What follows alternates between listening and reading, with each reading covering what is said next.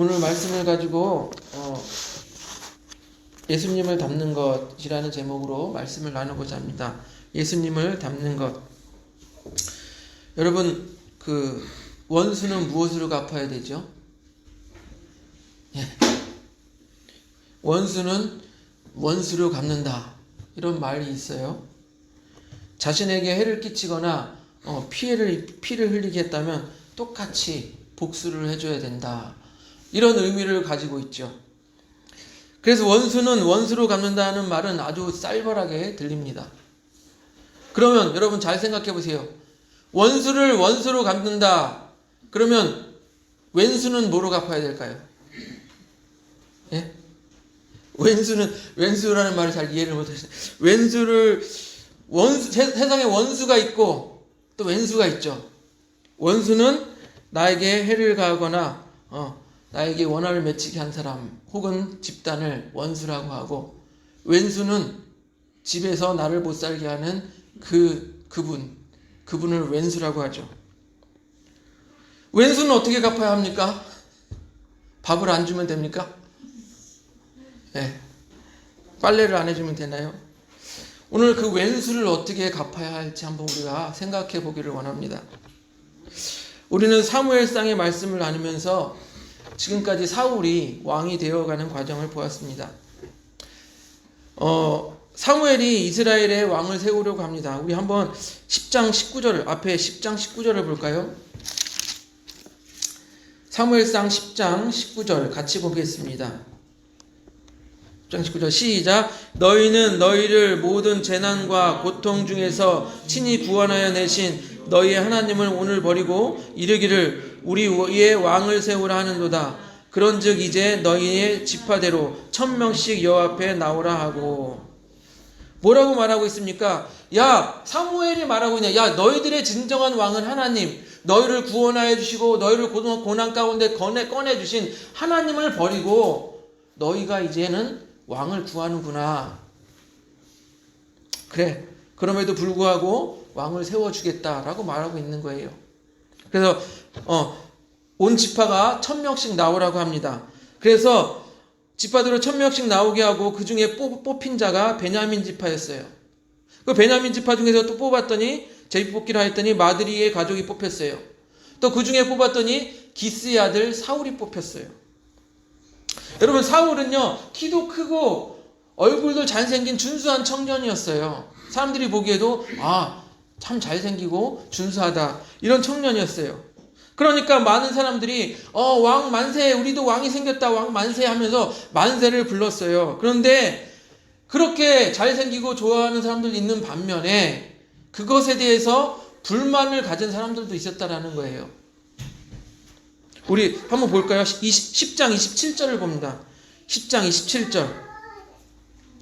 27절 같이 읽습니다. 시작. 어떤 불량배는 이르되 이 사람이 어떻게 우리를 구원하겠느냐 하고 멸시하며 예물을 바치지 아니하였으나 그는 잠잠하였더라. 여러분 생각을 한번 해보시길 바랍니다. 사울은요 이제 막 청년으로서 왕으로 추대를 받고 있는 상황이에요. 왕으로 시작하는 단계에 있어요. 그런데 이 불량배들이 반대하고 멸시하고 비난하고 했다면 여러분 기분이 좋을까요? 나쁠까요? 기분이 나쁘겠죠. 여러분 이렇게 생각해 보세요. 여러분이 지금 내가 사업을 시작하려고 하는데 누군가가 나와서 이렇게 말해요. 야, 요즘 그 사업 잘 안 돼. 또 너는 그 사업을 할 만한 능력도 안 돼. 그리고 너 하면은 똥손이니까 망할 거야. 이렇게 말한다고 해보세요. 기분이 좋을까요? 아주 기분이 나쁠 거예요. 어쩌면 왼수지간이 될 수도 있어요. 예, 왼수가 아니고 원수지간이 될 수가 있어요. 무언가 새롭게 시작하려고 하는데 너무나도 그 사람을 맹비난하고 있다면 기분이 나쁘고 아마 원수가 될 정도로 아주 사이가 안 좋아질 수도 있을 거예요. 그런데 오늘 그런 상황 속에서 이스라엘의 길르앗 야베스라는 지역에 그 암몬 사람 나하스가 군대를 이끌고 와서 진을 칩니다. 여기 길르앗 야베스라는 지역이 있으면 앞에 암몬 사람 야베스가 와서 진을 칩니다.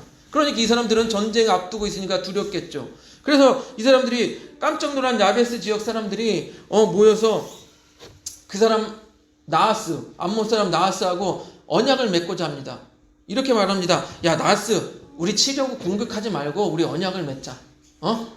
우리가 너희들한테 조공도 바치고 우리가 잘할게, 섬길게. 이렇게 말하는 거예요. 그랬더니 그 말이 먹혀들지가 않는 거예요. 우리 11장 2절을 보세요. 11장 2절 같이 읽습니다. 시작.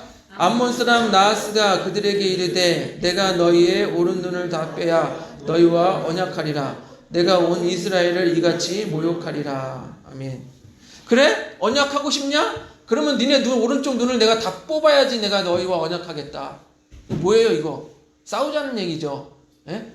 싸우자는 얘기예요. 야베스 장로들은 슬펐습니다. 우리가 저들한테 잡히게 생겼구나, 지게 생겼구나. 그래서 모든 이스라엘이 통곡할 일이 생긴 거예요. 그래서 11장 4절을 보면 기브아의 모든 백성이 소리 높여 울었다라고 기록하고 있어요.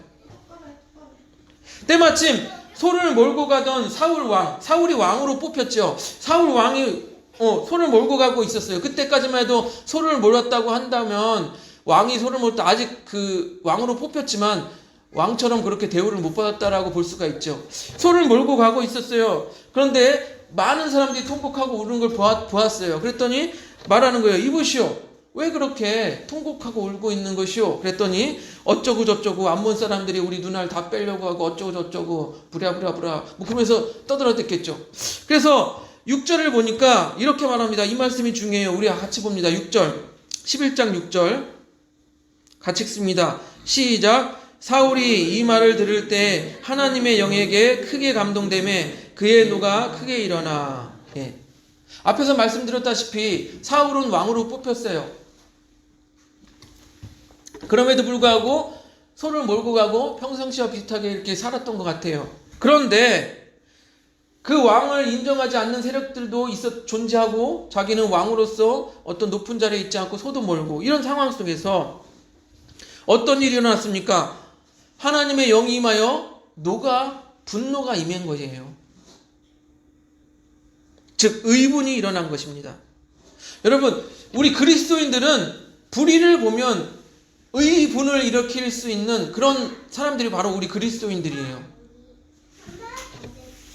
그래서 여러분 보면은 기독교가 흥황한 나라, 기독교가 그 나라에서 흥황한 나라를 보면은 물론 크고 작은 일들에서 불미스럽고 악한 일들이 일어나긴 하지만 그 나라 전체를 보면 그리스도인들의 의분으로 인하여서 그리스도인들의 정의를 찾는 그 의분으로 인하여서 나라 전체를 보면 그래도 정의롭게 나아가는 것을 볼 수가 있습니다. 여러분, 우리 그리스도인들은 불의를 참지 않고 의분을 일으킬 수 있어야 되는 거예요.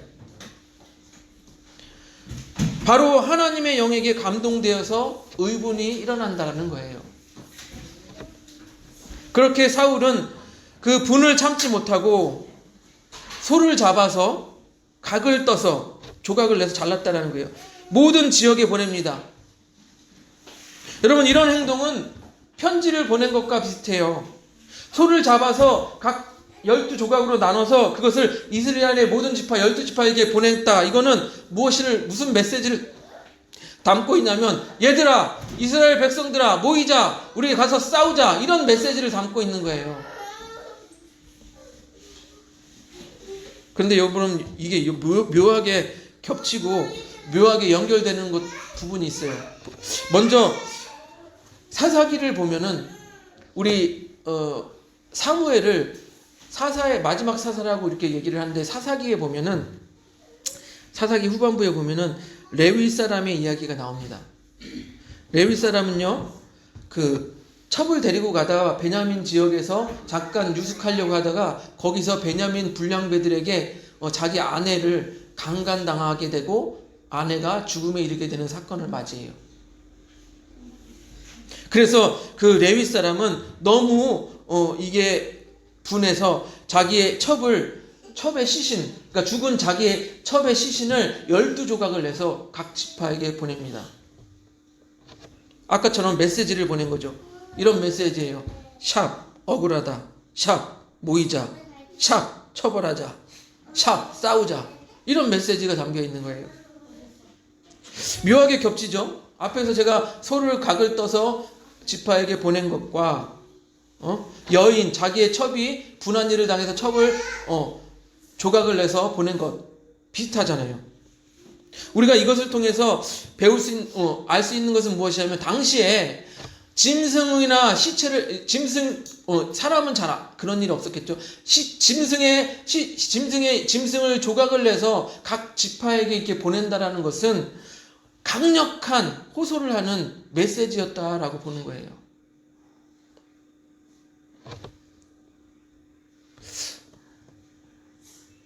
그리고 또 한 가지, 두 사건이 연결되는 것을 봅니다. 어떻게 연결되냐면, 레위 사람이 자신의 첩이 베냐민 그 불량배들에게 강간을 당하여 죽은 사건을 처벌하고자 했어요. 당시로 따지면 지금의 N번방 그 이상 가는 그런 아주 처참한 사건일 수가 있어요. 그래서 베냐민 지파를 특별히 베냐민 지파의 그 불량배들을 처단하고자 많은 이스라엘의 12지파가 모이게 돼요. 이스라엘 사람들이 모이게 돼요. 그런데 그 중에 안 모인 사람들이 있었는데, 바로 길르앗 야베스 지역에 있는 사람들만 모이지 않았던 거예요. 즉 베냐민을 처단하고 베냐민을 처벌하는 일에 길르앗 야베스 족속들만, 그 사람들만 모이지 않은 거예요. 그러면 베냐민의 입장에선 길르앗 야베스 사람들이 은인이겠죠. 왜? 자기를 공격하는 일에 모이지 않았으니까. 그래서 베냐민 사람이었던 사울은 길르앗 야베스 지역이 공격받을 것이라는 이 이야기를 듣고 더욱 적극적으로 돕지 않았나 우리가 생각을 해봅니다. 이렇게 사건이 두 개가 묘하게 연결이 돼 있어요. 그러면 또 반대파 입장에서 어때요? 야, 너 베냐민 지파라고 길르앗 야베스 사람들 적극적으로 돕냐? 또 비난거리가 되겠죠. 그러니 이 사울이 왕이 얼마나 비난을 당했을까요? 그럼에도 불구하고 사울 왕은 백성들을 모아서 이 암몬 사람 나하스, 이 사람들을 물리치게 됩니다. 우리 11장 11절을 보세요. 11장 11절 우리 같이 읽습니다. 11장 11절 같이 봅니다. 시작. 이튿날 사울이 백성을 3대로 나누고 새벽에 적진 한가운데로 들어가서 날이 더울 때까지 암몬 사람들을 치매 남은 자가 다 흩어져서 둘도 함께한 자가 없었더라. 예.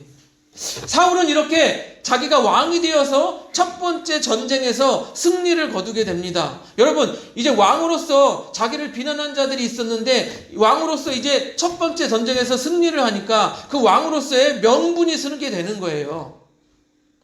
왕으로서의 정당성이 증명되는 거예요. 자격이 증명되는 거예요. 그러면 왕으로서 명분이 증명되고 자격이 증명되면 어떻게 할까요? 자기가 권력을 잡으면 어떻게 해야 돼요? 자기를 반대했던 세력들을 쳐 죽여야 되잖아요. 예? 아까 얼마나 열받아요. 막 시작하는데 와서 불량배들이 비꼬고, 백성들도 그 생각을 똑같았어요. 저놈들 죽이자. 우리 한번 보십시다. 11장 12절 같이 봅니다. 11장 12절 같이 읽습니다. 시작. 백성이 사무엘에게 이르되 사울이 어찌 우리를 다스리겠느냐 한 자가 누구이니까 그들을 끌어내소서 우리가 죽이겠나이다. 이렇게 말합니다. 이제 백성들이 나서서 사울 왕을 멸시하고 반대했던 놈들을 잡아서 죽이자라고 하는 거예요. 여론이 형성되었어요. 여러분, 여론하는데 여론이 반드시 옳은 것은 아니죠. 기억하십시오. 특별히 우리 지혜가 있고 크리스찬들은 다수의 의견이 반드시 옳은 것은 아니다. 여론이 반드시 옳은 것은 아니다. 민주주의의 맹점이죠. 그래서 그렇게 죽이자는 여론이 형성되었는데 사울이 답이 명품입니다. 우리 11장 13절을 봅니다. 11장 13절 같이 읽습니다. 시작. 사울이 이르되 이날에는 사람을 죽이지 못하리니 여호와께서 오늘 이스라엘 중에 구원을 베푸셨습니다.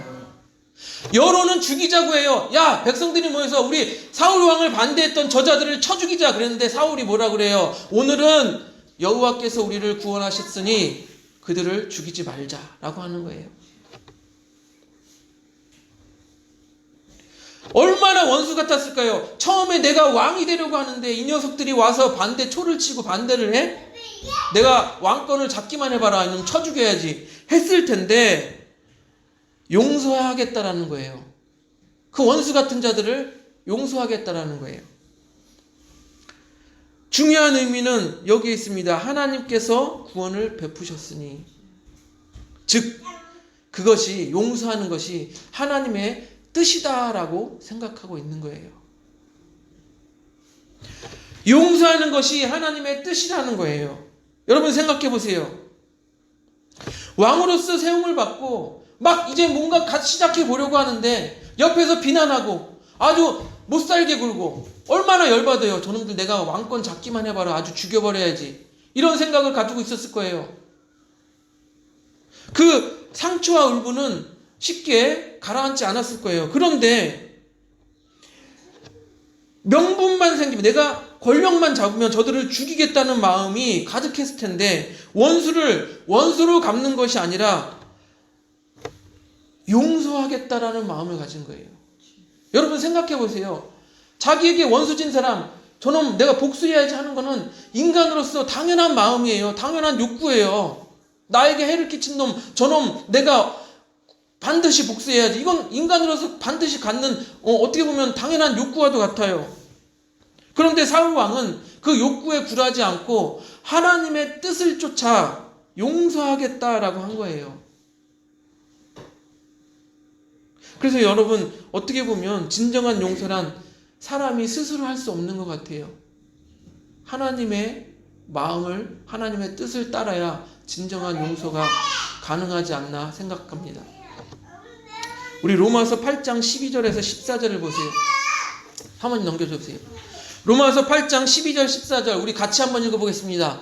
시작. 그러므로 형제들아, 우리가 빚진 자로 돼 육신에게서 져서 육신대로 살 것이 아니라 너희 육신대로 살면 반드시 죽을 것이로되 영으로서 몸의 행실을 죽이면 살리니 무릇 사람이 하나님의 영으로 인도함을 받은 사람은 곧 하나님의 아들이라. 아멘.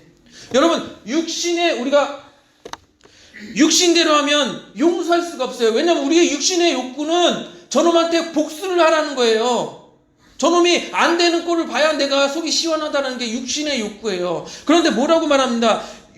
육신대로 살지 말라라고 말하고 있어요. 육신대로 살면 반드시 죽는다. 육신대로 살지 말고 육신의 욕구를 영으로 죽여라. 육신대로 살지 말고 영으로 몸의 행신을 죽여라 라고 말하고 있습니다. 바로 이것이 우리가 원수를 용서할 수 있는 근거가 되고 용서할 수 있는 방법이 되는 거예요. 영으로 몸의 행실을 죽인다. 여러분 사울도 그렇잖아요. 처음에 뭐라고 그랬어요? 하나님의 영이 임하여서. 하나님의 영이 임하니까 의분을 내었어요. 하나님의 영이 임하니까 그 자기의 초창기에 쫓았던 그 원수들을 용서할 수 있게 되는 거예요. 하나님의 영에 감동된 사람은 자신의 욕구를 육신의 요구를 영으로서 죽이고 원수를 갖고 싶은 욕구를 죽이고 하나님의 영이 말씀하시는 용서를 택할 수 있게 되었다라는 것입니다. 그리고 마지막에 뭐라고 합니까? 하나님의 영으로 감동된 사람은 곧 하나님의 아들이다 라고 말하고 있어요. 우리 좀 더 이 말씀을 이해하기 쉽게 표준세번역으로 한번 다시 읽어봅니다.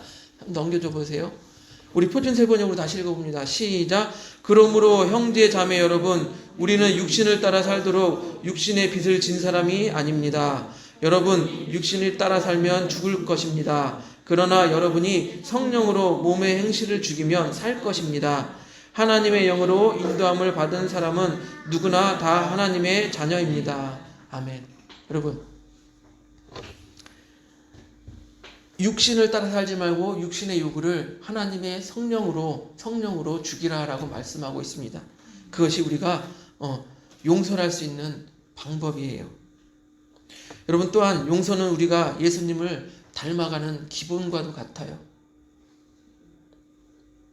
여러분, 인간은 어떻게 했습니까? 하나님을 배신했죠. 하나님을 배신해서 뭐라고 합니까? 나 하나님 없이도 살 수 있어.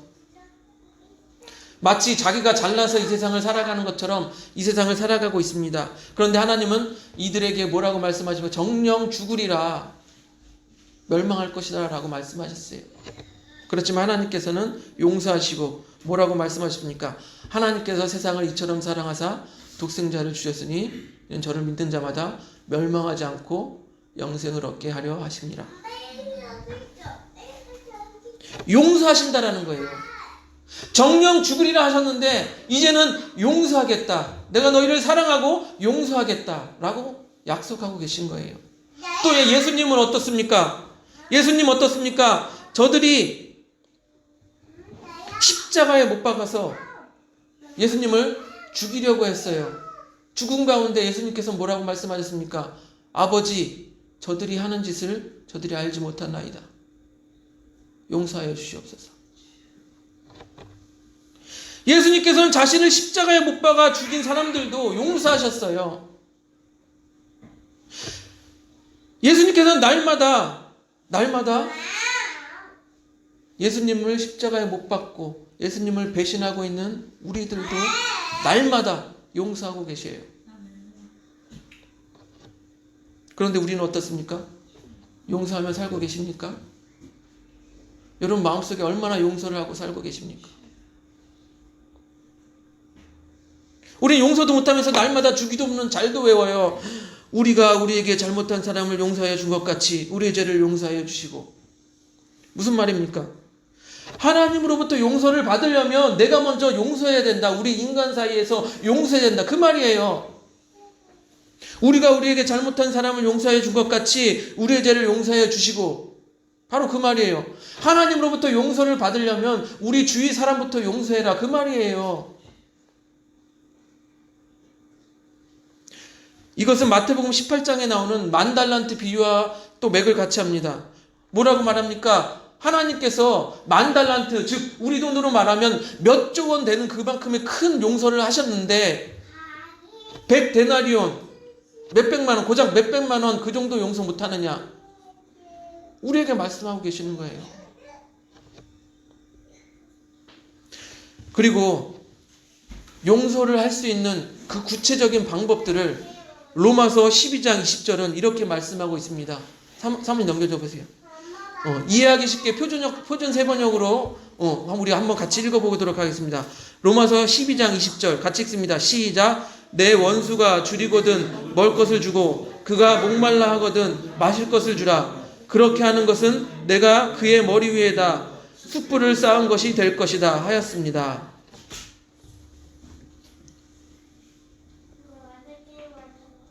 여러분, 사랑하는 성도 여러분, 우리가 원수를 어떻게 갚아야 될까요? 원수를 원수로 갚아야 될까요? 사울 왕은요, 자기를 반대했던 그 원수 같은 불량배들을 죽일 수 있는 명분이 생겼음에도 불구하고 죽이지 않고 하나님의 뜻대로 용서하였습니다. 또 로마서 12장 20절은 원수를 오히려 선행으로 갚으면 그 사람 머리 위에다가 숯불을 얹은 것과 같다고 말했어요. 여러분, 숯불을 머리에 얹으면 어떻게 해요? 머리가 뜨겁겠죠? 아무 생각이 없겠죠? 그러면서 낯이 뜨겁겠죠? 낯 뜨겁고 부끄럽겠죠? 더 나아가서는 낯 뜨겁고 부끄러운 그 사람이 친구가 될 수도 있는 거예요. 여러분, 그러면 우리 집에 있는 왼수는 어떻게 할까요? 원수를 용서하고 사랑하라고 했는데 집에 있는 왼수는 어떻게 할까요? 원수도 사랑하고 용서하는데 왼수 사랑합시다. 예. 집에 있는 왼수도 사랑합시다. 용서합시다. 우리 원수도 용서할 수 있는 그 예수님을 닮은 마음으로 이 세상을 살아가시는 우리 그 사랑교회 성도님들이 되시기를 주님의 이름으로 축복합니다.